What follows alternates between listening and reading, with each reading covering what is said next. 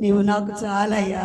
ఈ లోకంలో ఎంత బంగారం ఉన్నా, ఎన్ని కోట్లు డబ్బున్నా, ఎంతమంది ప్రేమించేవారున్నా, ఎంత బంధువర్గం ఉన్నా, కండలన్నీ తిరిగి వెయిట్ హైట్ పర్సనాలిటీ ఉన్నా, ఆయన లేకపోతే అంతా శూన్యమే.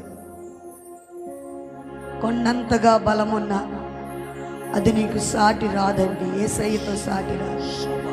యేసయ్యకి సాటితో సమమైంది మరొకటి లేదు ఈ భూమి మీద.